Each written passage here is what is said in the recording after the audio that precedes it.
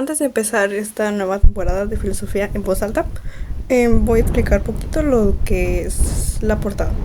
Pues si se puede apreciar, de fondo es la Facultad de Feiri en UABC Otay. Y los dibujitos son los filósofos de los que más hablaron en esta temporada y en, todos los capítulos. Y pues ya, bienvenidos. Hola, ¿qué tal? Buenas tardes. Les damos la bienvenida a la temporada número 2 del podcast Filosofía en Voz Alta. El día de hoy les hablaremos sobre el amplio tema del empirismo. ¿Y qué es el empirismo? Pues el empirismo es un movimiento filosófico que se basa en las experiencias humanas como las únicas responsables por la formación de ideas y conceptos que ya existen en el mundo o que apenas están por descubrirse. El empirismo es un sistema de pensamiento que surge en Inglaterra en el siglo XVII aproximadamente. El empirismo se dice que son ideas simples, ideas más complejas. Y los padres del empirismo, las personas que pues hacen que el empirismo tenga más sentido, es John Locke, Francis Bacon y David Hume, así, ¿no? Se podría decir que David Hume es aquel que hace o que trata de hacer un tratado de la naturaleza humana. Pues, y también este gran maestro investiga la capacidad del entendimiento humano, ¿no? Y pues también dice que la naturaleza humana pues es el mapa para más nuestra imaginación, o sea, ven la profundidad en la que este hombre pues hace las cosas, ¿no? Cada uno tiene su propia imaginación, o sea, si se dan cuenta. Y también también dice que la estructura de nuestra naturaleza como humanos va tejiendo universo. O sea, ven la profundidad en la que este hombre piensa que con la naturaleza podemos crear nuestra propia imaginación. Y no solo crearla, sino amarla. Y también dice que la importancia de separar aquello que es un constructo falso es muy importante. Y hacer todo en contra lo que no es bueno para el progreso humano. Entonces deberá hacer trabajo para el beneficio de la humanidad. O sea, cada uno tiene que hacer cosas para el trabajo de la humanidad. Entonces, pues sí, David Hume nos deja que simplemente la naturaleza humana es el mapa para amar nuestra imaginación. Es lo que más importante me sorprendió. Y creo pues que otros maestros del empirismo pudieron decir otras cosas y pudieron aportar más, pero me parece súper interesante lo que dice David Hume sobre la naturaleza. También se habla sobre el razonamiento en el empirismo y este consiste en dos, inductivo y deductivo. En el inductivo es derivar conclusiones a partir de principios generales. Y podría poner un ejemplo que es de que, de hecho lo dijo la profe, que es ver a tu pareja con tu mayor enemigo. O sea, en cuanto los ves, puedes imaginar muchísimas cosas y pues sin saber qué rollo. Y el deductivo es el que implica establecer principios generales a partir de la observación de los hechos. O sea, no saber, sino como ya tener una idea de lo que es o de lo que estás viendo. Sí, pero también siento que debemos agregar que el paradigma cristiano, pues más que nada en el empirismo se nos refiere como a la intersección, digamos, entre la teología cristiana y también la filosofía empirista. Pues ya que se nos enfatiza más que nada la importancia de la experiencia sensorial que nos brinda, o pues más que nada lo que nos suele sentir o hacer pensar. También la observación directa para adquirir conocimientos, que pues aunque el empirismo más que nada se desarrolló principalmente como en un contexto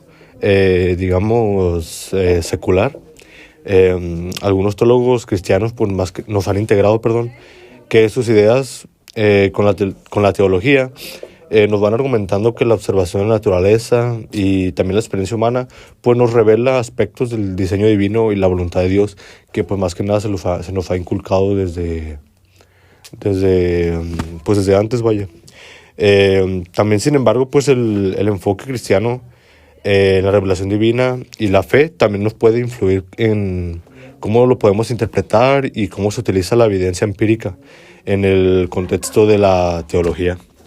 Un ejemplo pues también podría ser la teología natural, que pues es como un enfoque dentro del cristianismo que pues más que nada se utiliza la observación y la razón para comprender la existencia y la naturaleza de Dios, pero a través del estudio del mundo natural. También por los teólogos naturales cristianos, como Tomás de Aquino, nos sostienen que la observación empírica de la creación pues, nos revela aspectos del carácter y la voluntad divina. También otro ejemplo sería, digamos, que la utilización de evidencias históricas y arqueológicas para respaldar la narrativa bíblica, ya sean hechos que se han encontrado antes o que se han llegado a investigar, para confirmar la existencia, digamos, de seres divinos como Dios. También como la búsqueda de pruebas empíricas de eventos y personajes descritos en la Biblia. Y pues más que nada en ambos casos el paradigma cristiano es el empirismo y pues nos busca integrar con la fe, integrar la fe, con la razón y la observación del mundo material para que así podamos pues más que nada ver un poco más allá y darnos cuenta más que nada de que no. Sí, no, y es muy cierto lo que dices, compañero, y pues también recordemos que Francis Bacon, pues es el padre del empirismo, ¿no? Él, recordemos que desarrolló pues el libro sobre la dignidad y progresos de las ciencias, ¿no? En el año de 1620. Entonces, pues, hablando de eso, también realiza una fuerte crítica del método científico de Aristóteles, o sea, es algo muy fuerte que él hizo.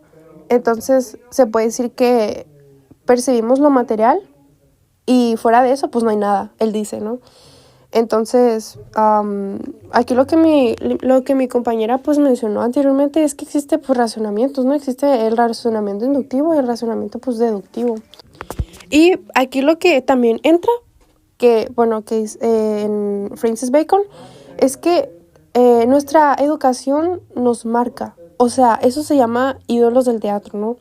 Bacon comenta que todos tenemos de que una caverna, desde que nacemos, ¿no? O sea, todos tenemos una caverna que distorsiona la naturaleza. Es decir, que lo que comentaba anteriormente, ¿no?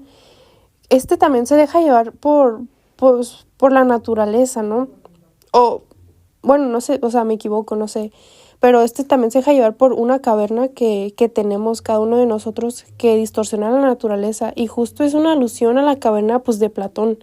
O sea, si se fijan, casi todos los temas nos llevan hacia el mismo paradigma. Nos llevan como que hacia el mismo tema, si se fijan, ¿no? Entonces, pues, nos hace, pues, una alusión a la caverna de Platón, ¿no? Desde que nacemos, desde que crecemos, como nos marca la educación, ¿no? Lo que nos enseñan nuestros papás, nuestros amigos, nuestro alrededor, o sea, en el contexto en el que estamos, ¿no? Nos hacen entrar a una caverna y así, pues probablemente otras personas pueden decir que vivimos en ignorancia, ¿no? Entonces, pues sí, nos hace una alusión a la caverna de Platón. Y pues sí, o sea, ¿quién iba a imaginar que gracias a Francis Bacon, pues esto, pues nada, hace lo del empirismo, ¿no?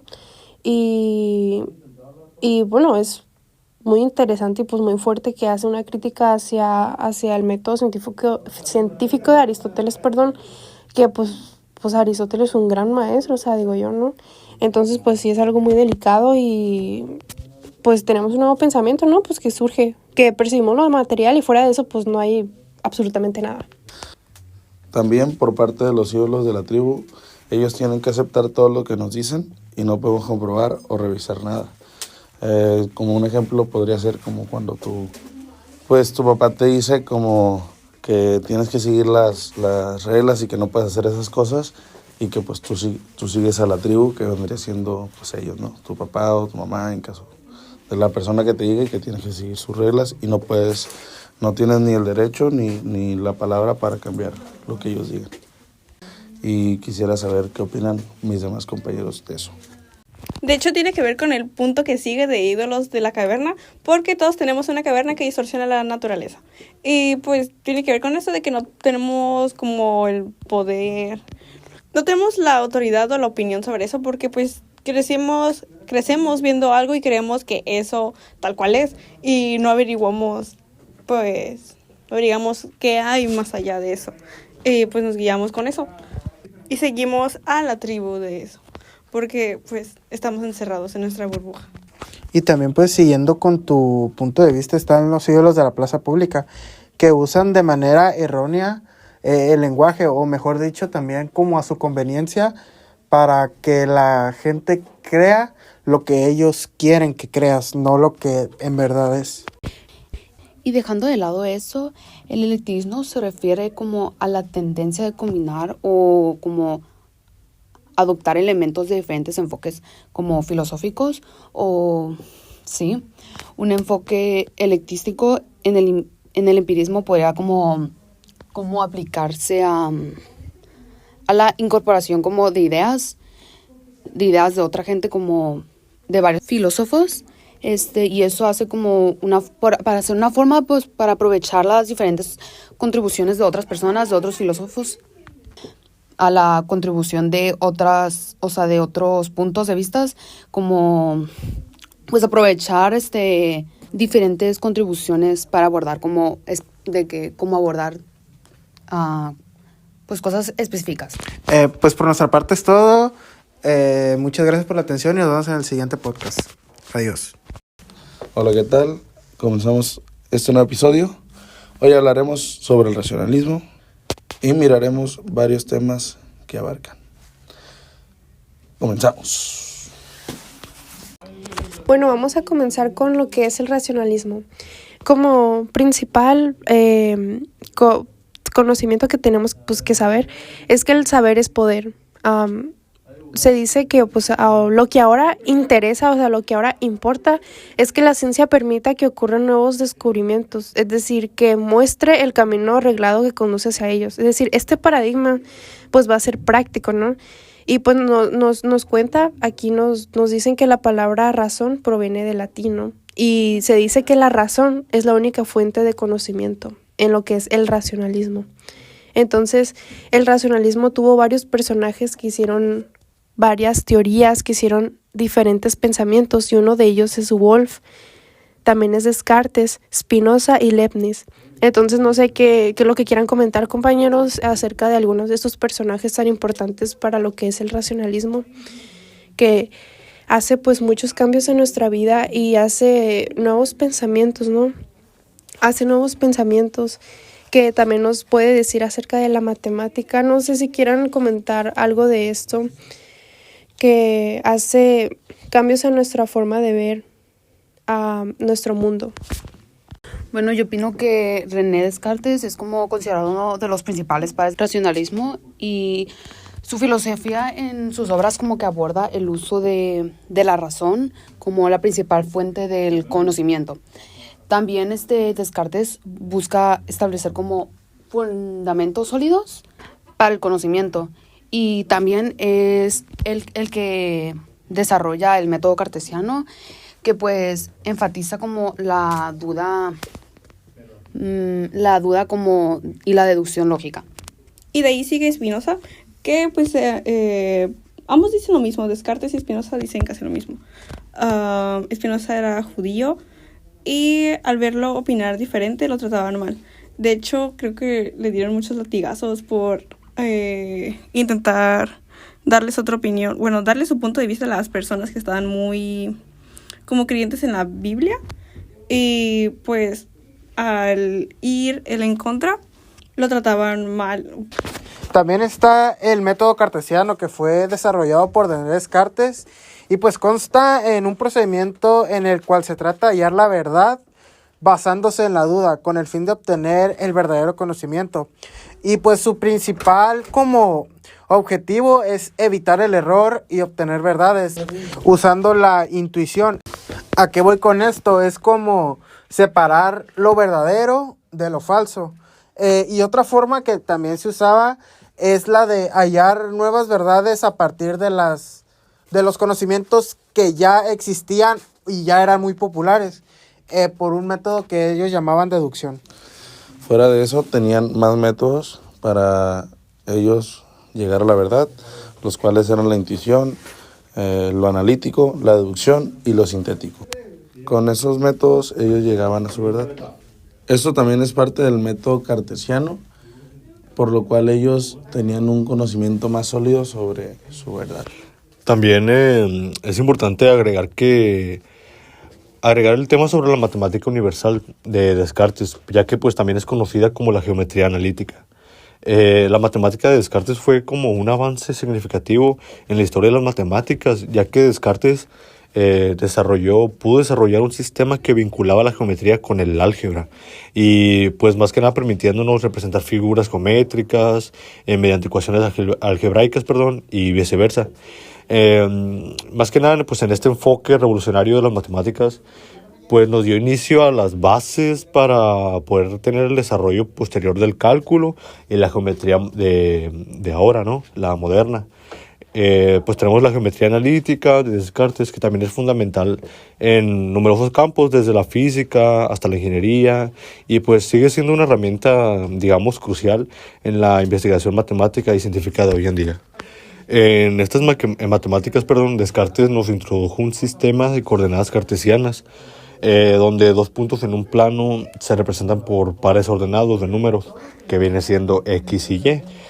Pues esto nos permitió representar, digamos, formas geométricas como líneas o curvas y figuras más complejas mediante las ecuaciones algebraicas. Pues esta conexión entre la geometría y la álgebra nos proporcionó o nos dio un método, digamos, más poderoso para resolver problemas geométricos, un poco más sencillo, utilizando ya sea las técnicas algebraicas o viceversa. Además que Descartes también nos contribuyó en el desarrollo del álgebra, la teoría de los números, la filosofía de las matemáticas, siendo las bases para las matemáticas de hoy en día. El origen del racionalismo inicia en la antigua Grecia, pero su desarrollo es más como significativo en la Europa en el siglo XVII. Durante este periodo se conoció como los filósofos como René Descartes y Baruch Spinoza, quienes son como pues, los principales padres del racionalismo. Y pues como lo hablamos anteriormente, el racionalismo buscaba como establecer fundamentos sólidos y pues a través de diferentes tipos de conocimientos. Bueno, compañeros, pues es tan cierto todo lo que dicen, o sea, es increíble todo el pensamiento que se encuentra en cada uno de estos subtemas, o sea, de estos subtemas, de estas ideas, de estos pensamientos, ¿no? Entonces, pues a mí me pareció lo más interesante fue el pensamiento no pienso, por lo tanto existo. Entonces, a mí el personaje que más me impactó, el personaje pues que más me gustó en este caso, en lo del racionalismo, pues para dejar como conclusión, fue Descartes. O sea, Descartes se traduce como la exigencia del espíritu crítico, o sea, como por decirlo así, ¿no? Entonces Descartes pues quiere un método matemático, ¿no? Un método matemático. Entonces, pues también se podría decir que Descartes tiene operaciones para conocer, pues en sí todo lo que tenemos, ¿no? Como es la intuición, la deducción, creo que ya lo comentaron. Entonces, para mí eso fue como que lo más interesante, ¿no? El código ergo sum, muy interesante, me hizo pensar demasiado. Incluso yo estaba comentando pues una experiencia que tuve, ¿no? Que podemos relacionarlo con experiencias que cada uno de nosotros tenemos. Yo, por ejemplo, pasé por momentos en los que yo estaba en despersonalización, desrealización. Y entonces me hizo mucho recordar Descartes a ese momento del que yo estaba viviendo, ¿no? Entonces, pues su pensamiento es increíble. Incluso yo cuando iba al psicólogo, ellos tomaban ese planteamiento de Descartes y me lo decían a mí. Me decían, cada vez que tú no te sientas real, toca las cosas. Y yo siempre decía, bueno, si yo pienso, existo. O existo porque pienso. No sé si me explico. O sea, pienso porque existo porque pienso. Y cuando me di cuenta de este pasaje que Descartes decía, pienso, por lo tanto, existo. Es tan interesante, o sea, ahorita de lo que estaban comentando, ¿no? Me pareció súper interesante, ¿no? Porque también en clase lo vimos, e incluso se lo comenté a la maestra, ¿no? Que la psicología también es como una rama, entonces ellos pues tienen conocimiento de todo esto, ¿no? Entonces... Bueno, otro punto muy interesante es la explicación de otra idea planteada por Descartes, que es el res coitan y res extensa. Bueno, voy a tratar de explicarlo, pero antes lo quiero definir como ambas, como una epistemología personal del saber, ¿no? Esta se divide en dos secciones, ¿no? Que es res extensa, que vendría a ser como el cuerpo, todo lo que tiene un espacio, todo lo que tiene un límite, ¿ok? Y después tenemos lo que es res coitan, que es el alma. Ok, es todo el pensamiento, pues distinto del cuerpo. Ok, entonces, res coitan vendría a ser todo lo que se conoce por medio de la razón, que en este caso, pues, Descartes lo planteaba como las matemáticas, ¿no? Que eran la base de todo. Es la base, creo, es la base, entendí, de su filosofía. Y es el porqué de todo. Porque en las matemáticas son exactas, son precisas y pues siempre van a estar en lo correcto. Entonces esto se puede considerar como un tipo de dualidad, ¿no?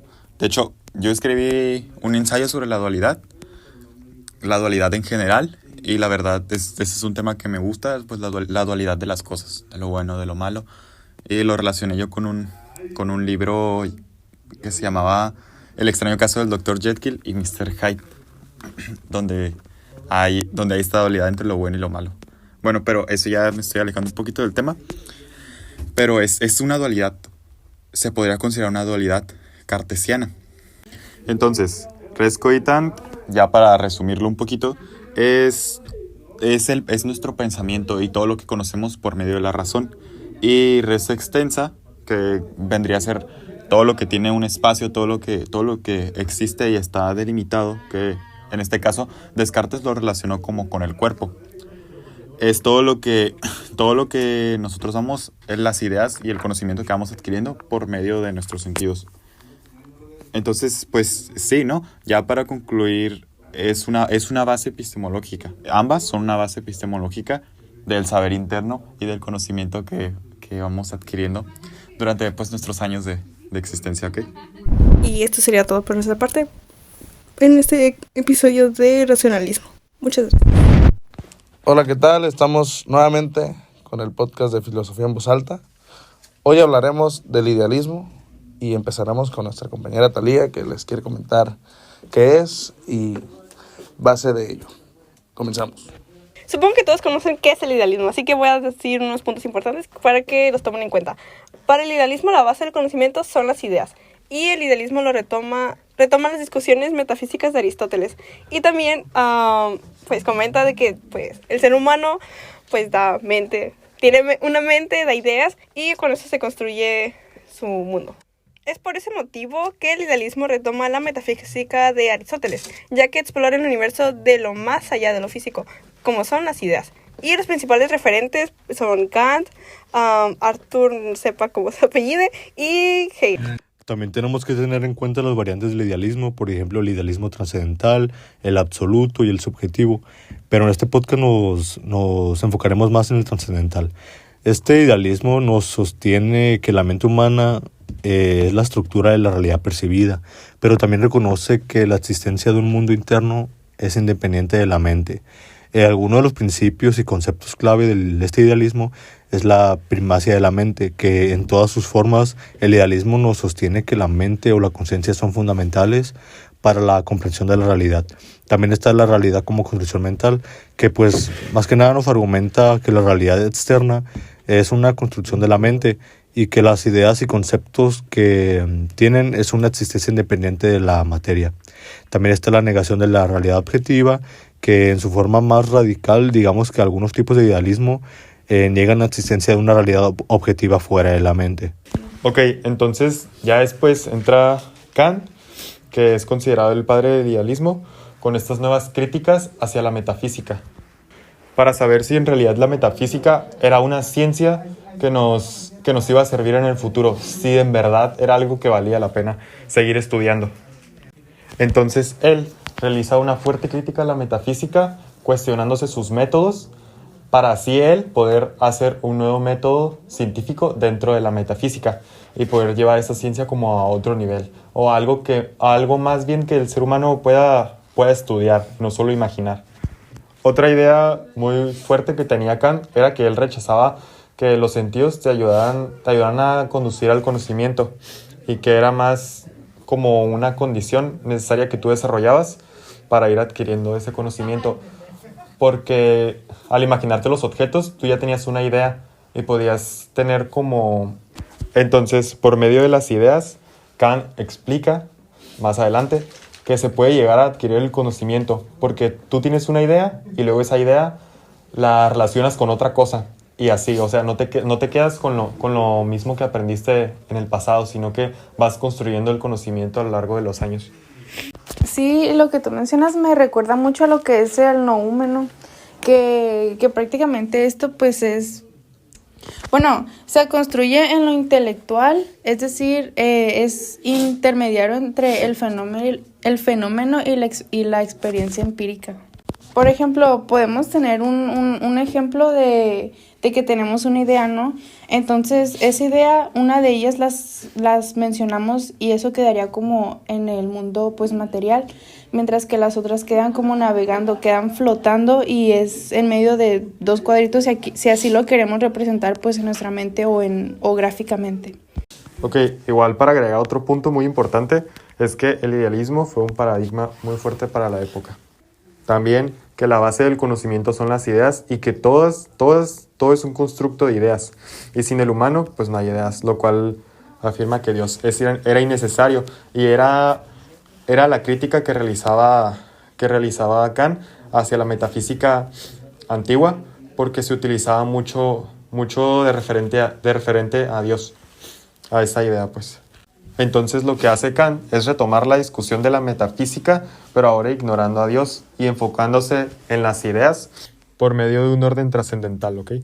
La metafísica sigue vigente, pero trata de restaurar un nuevo método científico, pues para someterla a sí misma a la razón y que deje el mundo de las ideas para saber si es una ciencia funcional, que fue lo que criticó Kant.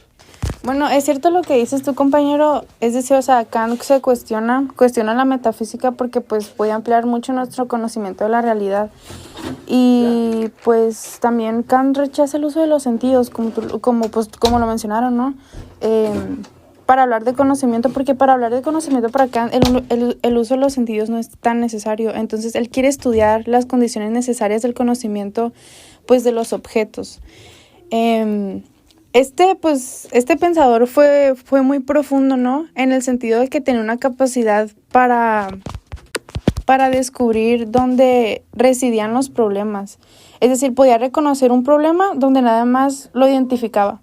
Y eso era como algo muy extraordinario de este pensador, ¿no? Era sumamente analítico, era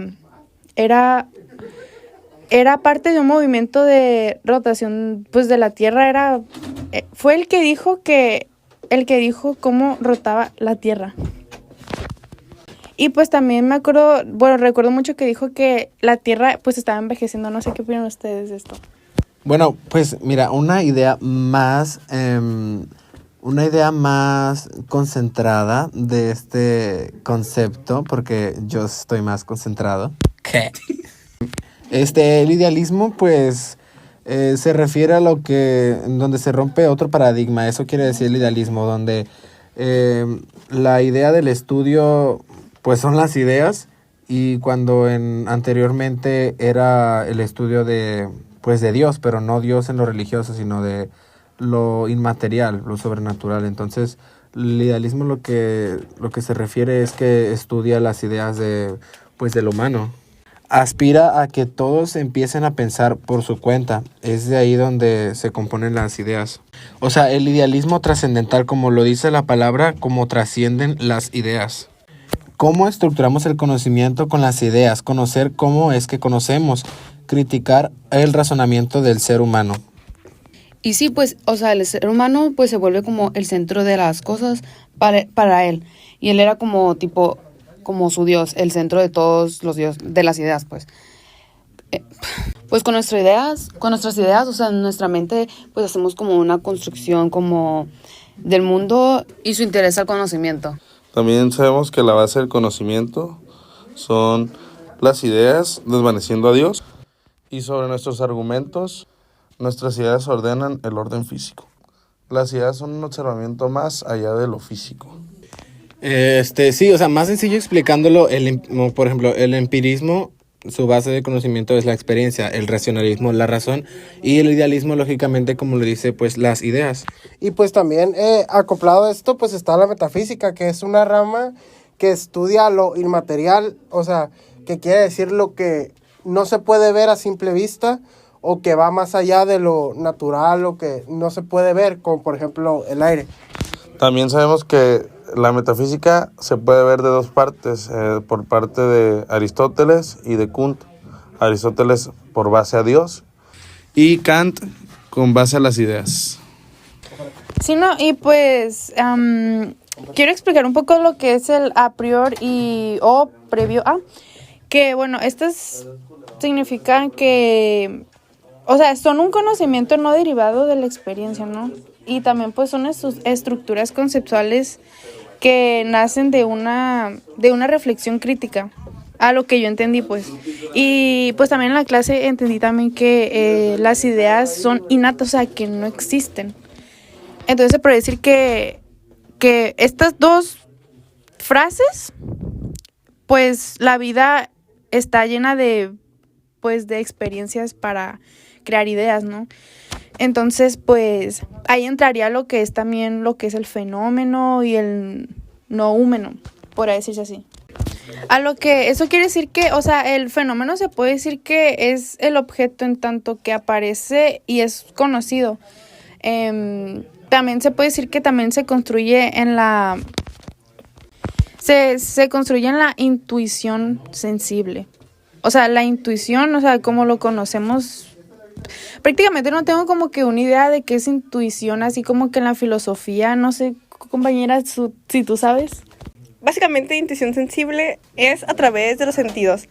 Según Kant, el conocimiento que extraemos del mundo posee ciertas condiciones formales, a saber, el espacio consistente en un marco a priori donde se sitúan los objetos sensibles. Sí, entonces eso puede decir que es un fenómeno. Y también relacionado con el fenómeno tenemos el noúmeno, que prácticamente pues se puede decir que se construye en lo intelectual, es decir que por medio de la razón, ¿no? Y si lo hacemos gráficamente se puede decir que lo podemos separar entre cuadritos. Entonces el primero sería un cuadrito, el segundo sería como que las ideas flotan, es decir, cuando nosotros tenemos una idea siempre va a salir por nuestra boca, entonces esa idea ya estaría como que en el mundo físico. Y las otras que no dijimos estarían como que flotando, ¿no? Estarían navegando. Este es intermediario pues entre el fenómeno y la experiencia empírica. Diré muy poquito sobre el que es el en sí, que es básicamente, o bueno, a la manera en la que yo lo entendí, que es lo que es tal cual. O sea, en sí es lo que es, así tal cual. O sea, no tiene cambio y es en sí. También pues está la razón pura, que es en pocas palabras y resumido como el conocimiento inocente del humano o sin un tipo como golpe de realidad. Con eso nos despedimos y nos vemos en el próximo capítulo de Filosofía en Voz Alta. Bye. Hola, ¿qué tal? Buenas tardes. Nosotros somos el podcast Filosofía en Voz Alta. El día de hoy les hablaremos sobre el idealismo absoluto.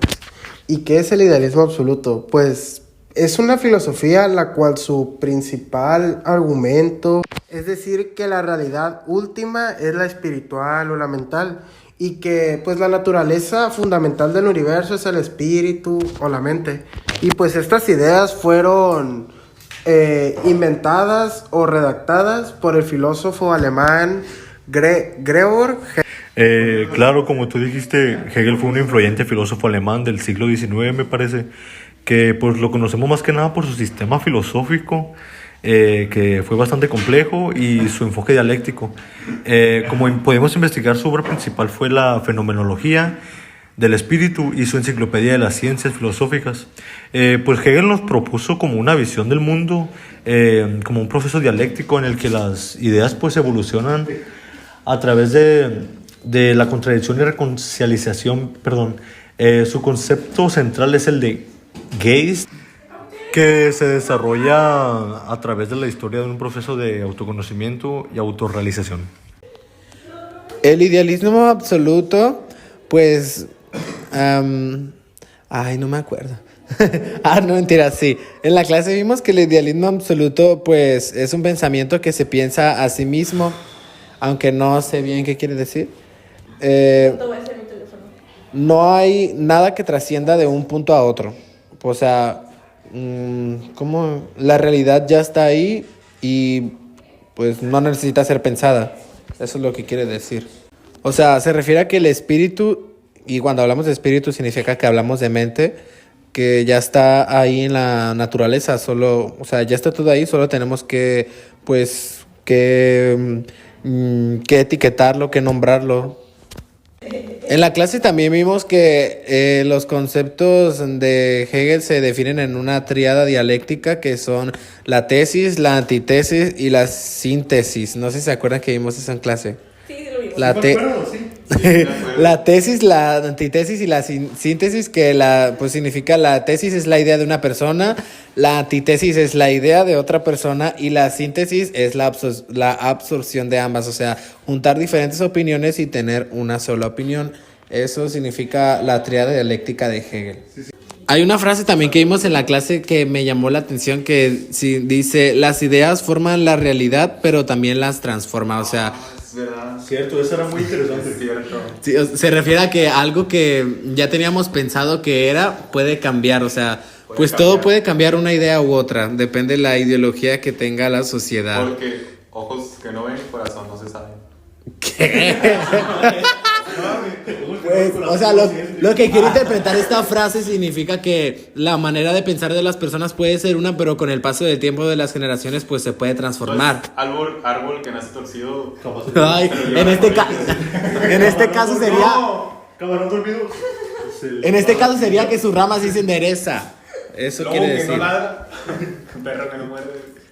Bueno, yo quería explicar otro concepto que conocemos por Hegel. Lo que pasa es que en la fenomenología del espíritu hay un pasaje que habla sobre el amo y el esclavo. Eso yo lo miré en la prepa, entonces lo voy a explicar más o menos como yo lo recuerdo. Bueno, entonces explicaba que vivíamos en un mundo donde hay muchas mentes, ¿no? Cada una tiene una perspectiva diferente pues del mundo. Entonces la mente necesita interactuar con otras mentes. Pero cuando las mentes se encuentran, tienen una visión diferente pues del mundo, ¿no? Entonces estas empiezan a debatir para saber cuál de las dos va a obtener el reconocimiento, cuál de las dos tiene la razón. Entonces cuando empiezan a debatir, por ley, una es superior a la otra, se vuelve superior a la otra. Entonces la única solución que hay es una relación amo y esclavo, cuando una mente somete a la otra, pero pues no se pueden matar, a fuerzas la necesita someter para volverse su amo y obtener su reconocimiento. Entonces explica que la mente que valora más la libertad que la vida es el amo, y la mente, el esclavo es aquella persona que ama más la vida que la libertad. Entonces para mí Hegel explica aquí que el miedo a la muerte es la principal causa de opresión en la sociedad, que no te deja como fluir, como sobresalir, como expresarte, ¿no? El miedo que sientes, que tienes más miedo a la libertad, tienes más miedo a la vida que a la libertad, que es lo que te vuelve una persona, una mente esclava.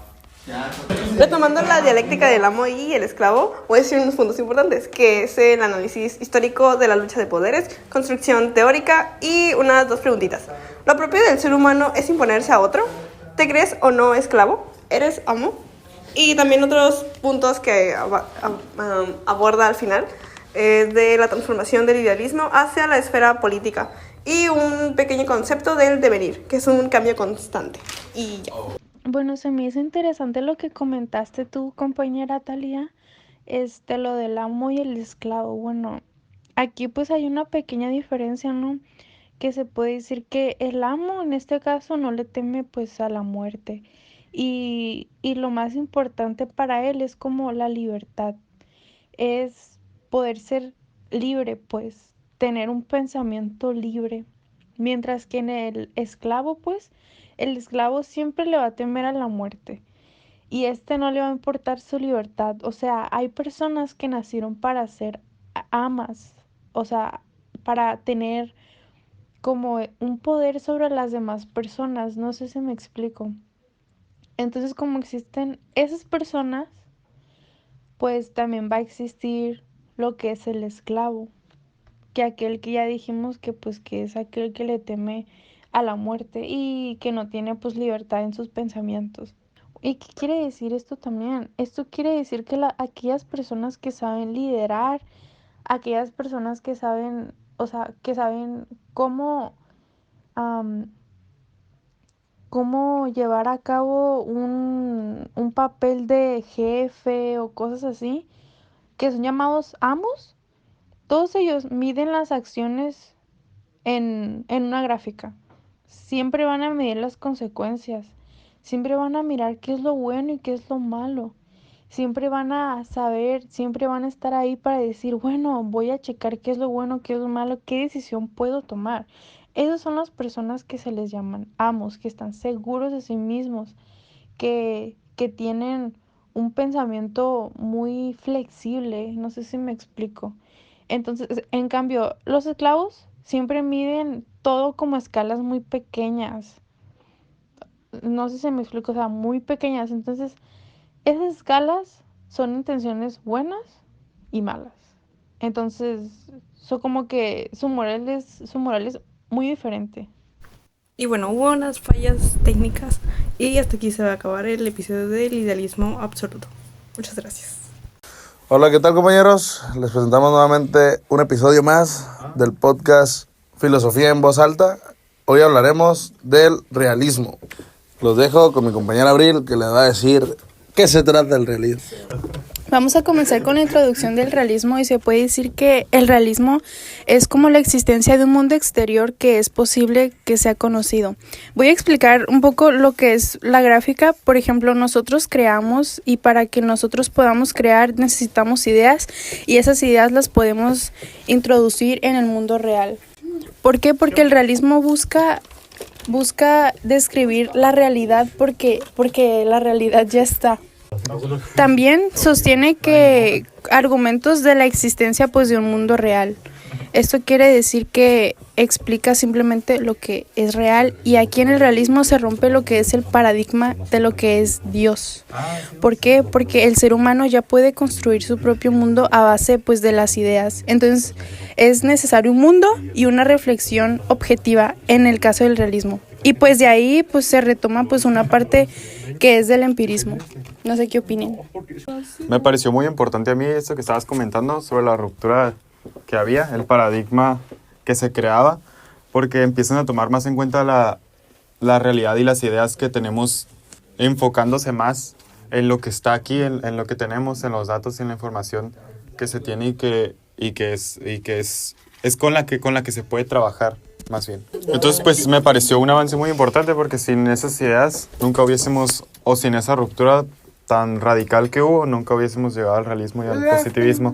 Y también pues el realismo se caracteriza principalmente por tener una mirada, un enfoque centrado únicamente en el ser humano y en su existencia pues diaria o cotidiana, dejando pues de lado los temas religiosos o ancestrales o bueno, mejor dicho mitológicos, y prefiriendo un cambio en las situaciones sociales y políticas.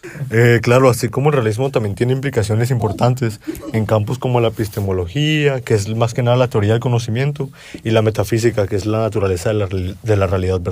También influye en cómo entendemos la ciencia y la percepción de la experiencia humana en general. Bueno, en el realismo para entender el mundo de las ideas se necesita experiencia. Cada que nosotros tenemos experiencia, podemos poner en práctica lo que es el empirismo. También en el realismo se estipula que nosotros no podemos tener las capacidades para observar tal cual es la realidad. O sea, nosotros no tenemos como esa habilidad, esa capacidad de entender lo que es el mundo tal tal cual es, o sea, cuál es la realidad, porque siempre va a haber cuestionamientos. O sea, si tú te preguntas cuál es la realidad y si tú piensas que estás en una realidad, pues simplemente no puedes saber si es real o no. El realismo toma como base al idealismo y pues también del empirismo. Como lo mencioné anteriormente, para comprender al mundo se necesitan ideas y experiencias, y de ahí va enlazado con el empirismo. Las otras teorías, por ejemplo, lo que es el idealismo, el empirismo, el racionalismo, o sea, son componentes del mundo físico. Es decir, que ellos buscan cómo se aplican en un mundo real, o sea, lo que es idealismo, empirismo y racionalismo, cómo se aplica en un mundo físico, mientras que el realismo es pues completamente diferente. O sea, es necesaria la observación y los sentidos para describir lo que es real.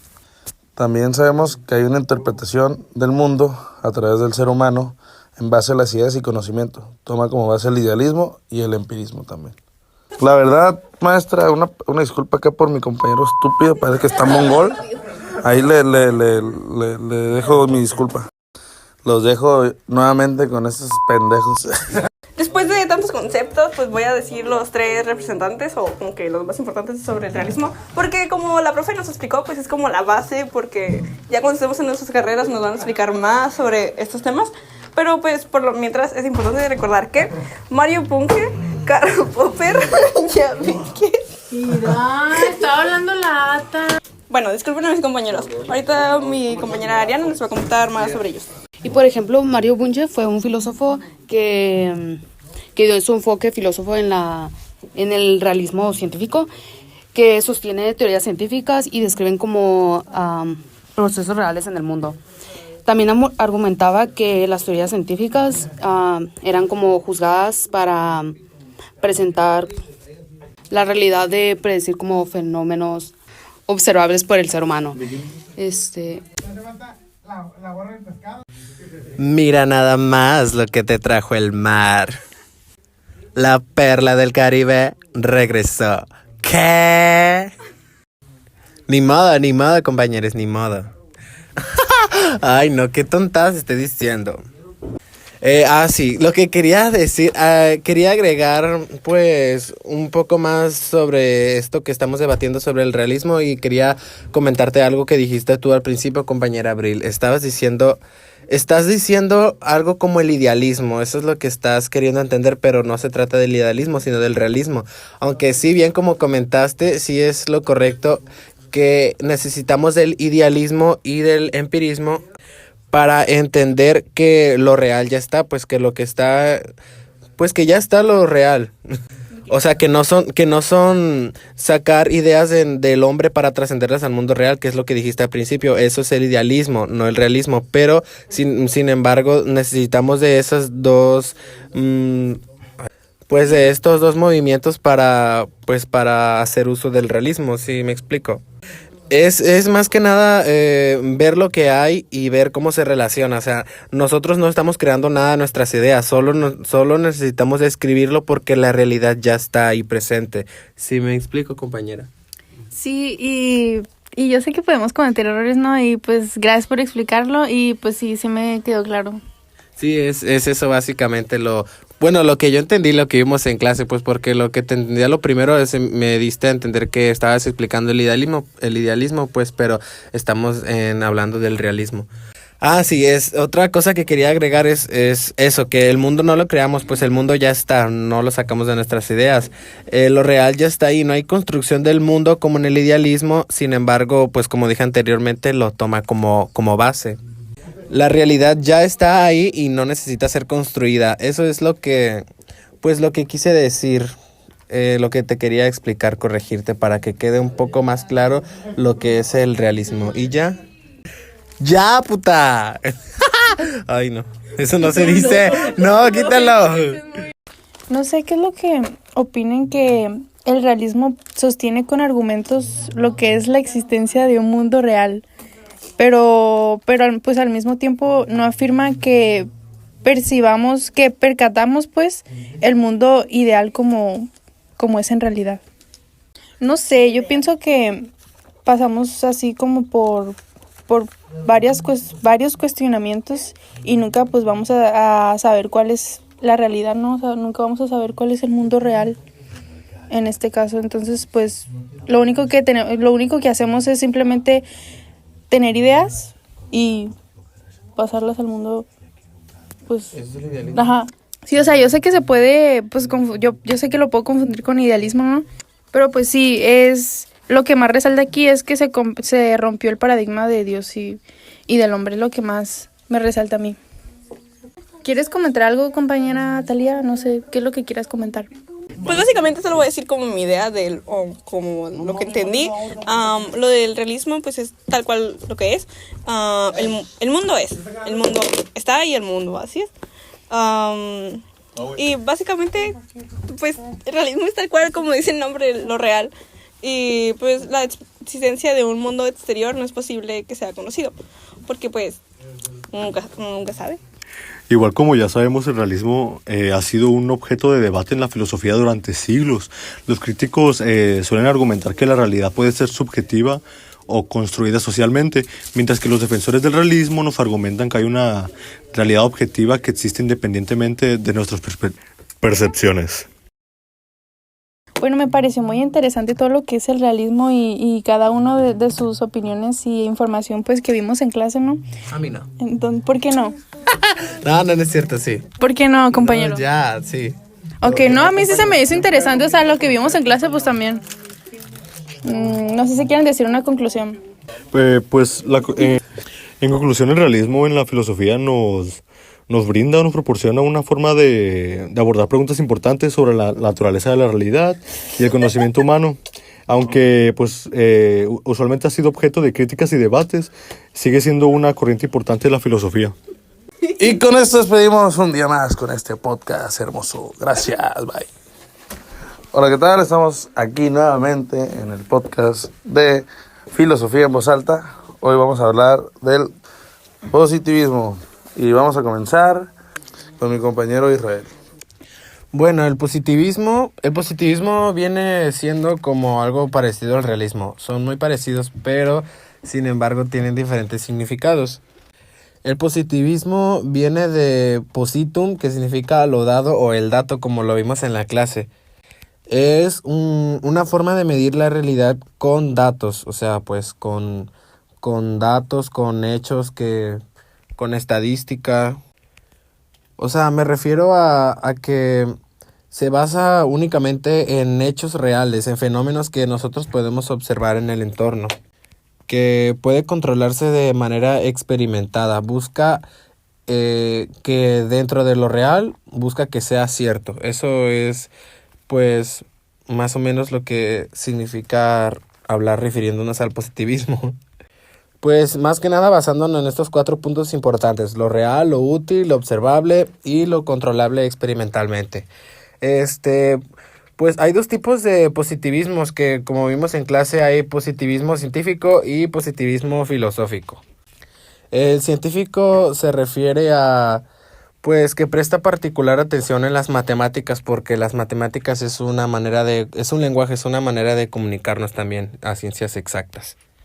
Y es cierto todo lo que dice, compañero, aunque también hay un segundo significado que dio Comte de lo que es el positivismo. Por ejemplo, lo que es real es, o sea, que es lo opuesto a lo ficticio, o opuesto a lo ficticio, ajá.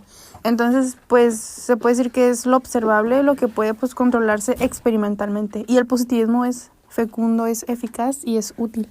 Es real, es observable. Y en el caso de que mencionaste que hay un positivismo científico, ¿sí, no? ¿Científico? Sí. Filosófico. Ajá, y también pues hay uno filosófico que el filosófico pues se deja llevar también por el a priori y la metafísica. Uno de los otros significados es de que es forma de medir la realidad mediante los hechos. Eso también es otro significado del positivismo y también significa fecundo, eficaz o útil. Entonces, el positivismo se trata de encargar nada más de recolectar los datos. O sea, se enfoca en lo que podemos controlar dentro de nuestra realidad o cierta realidad, o controlar cierta realidad cierta realidad y experimentar con ella.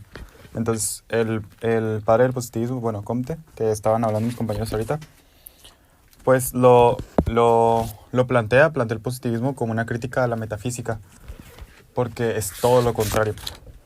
Busca dentro de lo real lo que es cierto, lo observable y pues con lo que podemos experimentar, controlar, datos que sean útiles y eficaces para llevar a cabo cierta información o manipularla dentro de. Pues existen esas dos ramas, que es el científico y el filosófico, que ahorita igual vamos a ir hablando un poquito más de ellas. Entonces explica que si no lo podemos ver o tocar, pues no sirve para nada dentro del positivismo y es información que no puede contribuir nada a la realidad que estemos manejando. Sí, también quería comentar un dicho que nos comentó la maestra en la clase que mencionaba Comte, que es... No, eso no. Que es, si no lo podemos nombrar, no sirve para nada y no podemos construir la realidad con eso. En eso se refiere a las cuestiones divinas de Dios y los ángeles. Eso, pues, de eso no se trata el positivismo, eso no lo maneja. Entonces, eso es lo que quería decir. Bueno, y algo interesante que me pareció es un dicho que dice Auguste Comte, que, bueno, él dice así, dice que todo lo que no es estrictamente reducible al simple enunciado de un hecho particular o general no puede tener ningún sentido real o inteligible. No sé, pues eso me da como que una idea de que el método científico pues se caracteriza por prescindir o buscar, o sea, pues buscar las causas que son reales, que se deja llevar más por el fenómeno y los hechos, mientras que el filosófico pues no. En el caso, pues no sé por qué entendí eso de su dicho Auguste Comte, no sé por qué entendí eso del método científico, si no sé si tiene algo que ver, no sé. Entonces, pues no sé qué quieran comentar mis compañeros.